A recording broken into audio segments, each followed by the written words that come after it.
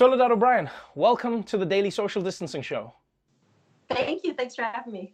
You're one of my favorite people to talk to about this topic in particular because you've worked in TV journalism, TV news for, 3 decades now? Everybody from CNN to MSNBC, etc.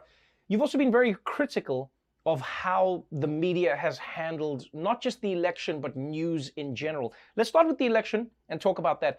What do you think the news and the media have gotten wrong in covering the election?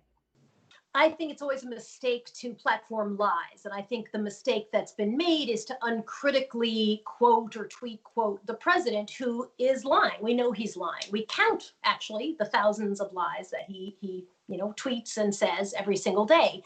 And so to just quote the president and give him a platform for something that we all agree, all know is a lie, is a huge mistake. And that continued on during the election and for the past 4 years. So that's been terrible. But I think post-election it's gotten better, post-election day. Let's talk a little bit about that, because America's in a tough place, right? It's an interesting country because there is the idea that it's not a monarchy, right? They say this is a society, it's a democracy. The president is a civil servant just like every other one. But then there's also a certain reverence. It's the president. This is the president. And so even though Donald Trump is lying, the president is speaking. And so you can feel journalists have this thing where they go, the president told me that my mother is responsible for the stolen votes, and I asked my mom and she did not agree, but that's what the president said. How do you think the media has to figure out how to navigate that relationship? Because I can see a lot of them don't want to seem disrespectful of the president, but at the same time, because he's now the president, he can just lie and then the media has to say what his lie was. Yeah, there's been a reverence for the office, right? Even though the person in the office wasn't particularly reverent himself or deserving of the reverence. And I think it's one of the reasons that we saw, oh my gosh, the New York Times beginning to call the president's lies. I'm going to take full credit for that. I'm going to take credit for that. It took something like 3 years, but things that were lies right, they wouldn't want to say, or things that were racist, just saying this is racist, this statement is racist. And I do believe it's because of that very thing. There's a sense that whether you like the guy or hate the guy, the office itself deserves a certain reverence. And so I think that really did slow the media down. Plus, I would argue, when you want to have access, you have a president who's reading everything you're writing and everything you're tweeting, you have to be very careful about how you frame things, or there's a good chance you're not going to get access, frankly. Yeah, that's something I find strange about American journalism, for the most part. Like, I live in a country where you didn't have access. That's just how it worked. You know, I've lived in countries around the world where it's like, you don't have, access is not what journalists have. Access, find the things that are not given to you with access, because access, in my opinion, often comes with misinformation. I mean, you know, American journalists, they've had access to so many things. They had access to the lies about Vietnam. That was the access. So I wonder sometimes, like, why are American journalists so obsessed with access when that access could be misinformation? It should be journalism, shouldn't it? Yeah, I think there's a quid pro quo that comes with access, right? And that is either you're going to slide something nice about me in your next article or your next column, you're going to quote me, or I scratch your back, you scratch my back, I get some interesting breaking news, and then you get to feed off of that for a while. You know what you're seeing right now, right? The pundits have gone away. No one wants to hear from the pundits. They're wrong. They're a mess. Who cares? Right. Failed congressmen on TV. We don't need them. You know what they're doing? TV news organizations are camped out talking to the head of elections in Maricopa County, right? That is journalism. Yes. That is reporting. That is not access, someone calling you up, you scratch my back, I scratch yours. It's just doing the work. And I would argue most journalists are not access journalists. They're not going to write a book about their time at the White House. Right. They're not going to tell you funny stories about hanging out with John Boehner. They go every day and go into communities and try to figure out what the accurate story is. And sometimes they get it right. Sometimes mistakes are made. And I think most journalists do a really good job. But when you're going for access, I do think it's kind of screws up your perspective. And yeah, you don't need access to do good reporting. You really don't. It's interesting that you bring that up, because it feels like when people talk about the media, what we often mean, especially in America, is cable news. I mean, for the most part, because you are completely correct. If you read your news, you find there's amazing journalists who break most of the stories that inform how we even see the world. But when it comes to cable news, pundits seem to be more important than facts. Like, You just bring people on. You're just going to be like, I'm just going to bring on this one person to say why Latinos like Trump. And then I'm going to bring on another person to say why Latinos don't like Trump. Now you guys fight. Thank you for tuning into the news. That's a great formula for creating conflict for the screen. But it doesn't really inform people. It's just people's opinions and pundits just trying to guess something. And then, by the way, if they get it wrong, there's no ramification. They can just be like, oh yeah, this is why I was wrong. It's not because of me. It's because the information didn't match what I was saying. Yeah, and also I think the important piece you're missing is it's cheap. It's cheap. You pay all those people. They are on every show. They rotate through. You've seen the 9-person set, right? It doesn't cost any money. You know it's expensive?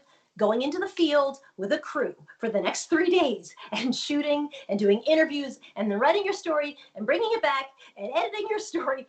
That costs a lot of money. And actually, you can hire a guy or two for that same cost, right? And they'll be on your set for the next year. That contributor contract is for every show that they want to be on over the next year. It's a sunk cost. It's very easy and it costs you no money. Yeah. And then you also have this built-in sense of urgency and sense of drama that I think everybody feels every story needs, that actually takes some work when you're going to do it in a tape spot. So I truly believe a big factor in that is just cost, is just money. You've been someone who's been critical of the media for a while, especially like, and not broadly. Obviously, you've given props where props are due, but you have pointed out the shortcomings. When you look at the news, especially cable news, we have to acknowledge that there is like a certain price to pay for like neutrality, for instance. Like cable news likes to bring people on to go like, this person believes that black people are human beings, but this person doesn't agree. Let's talk to them and see why they say that.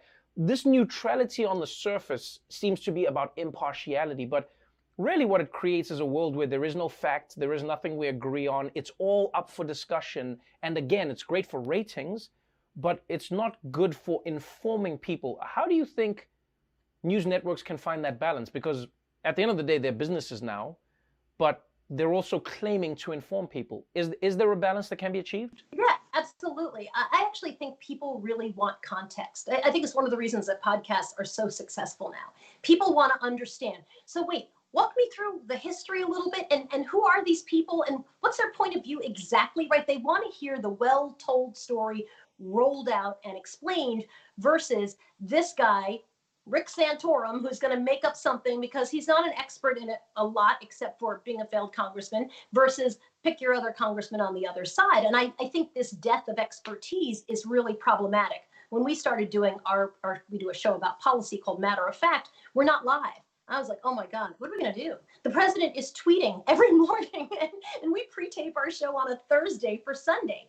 So we decided we would lean in very hard to context. What is the First Amendment? What is it? What does gerrymandering mean? And where did it come from? How is it possible that you can live on an income, a minimum wage income, and not be able to afford a 2-bedroom apartment? And because of that, we actually very rarely talk politics. We talk about policy. We talk about people. I have no idea if they're Republicans, if they're Democrats, if they're independents, if they vote. They tell us what's happening in their lives and we talk about the policy. And because it's not framed as this versus this, I think it's a much more interesting conversation and it does really well. We do better than most of the cable shows. If the election is called and if Joe Biden becomes president, then at some point he will be taking office. At some point he will move into the White House, which means at some point Donald Trump will no longer be president of the United States. If that were to happen, what would your advice be to newsrooms? Because I strongly suspect that they're going to try to keep covering Trump despite the fact that he's no longer in office. They're going to be like, what did he say today? Former President Trump said that burritos are part of the problem. What would your advice be to news networks post Donald Trump and people who are watching the news post Donald Trump?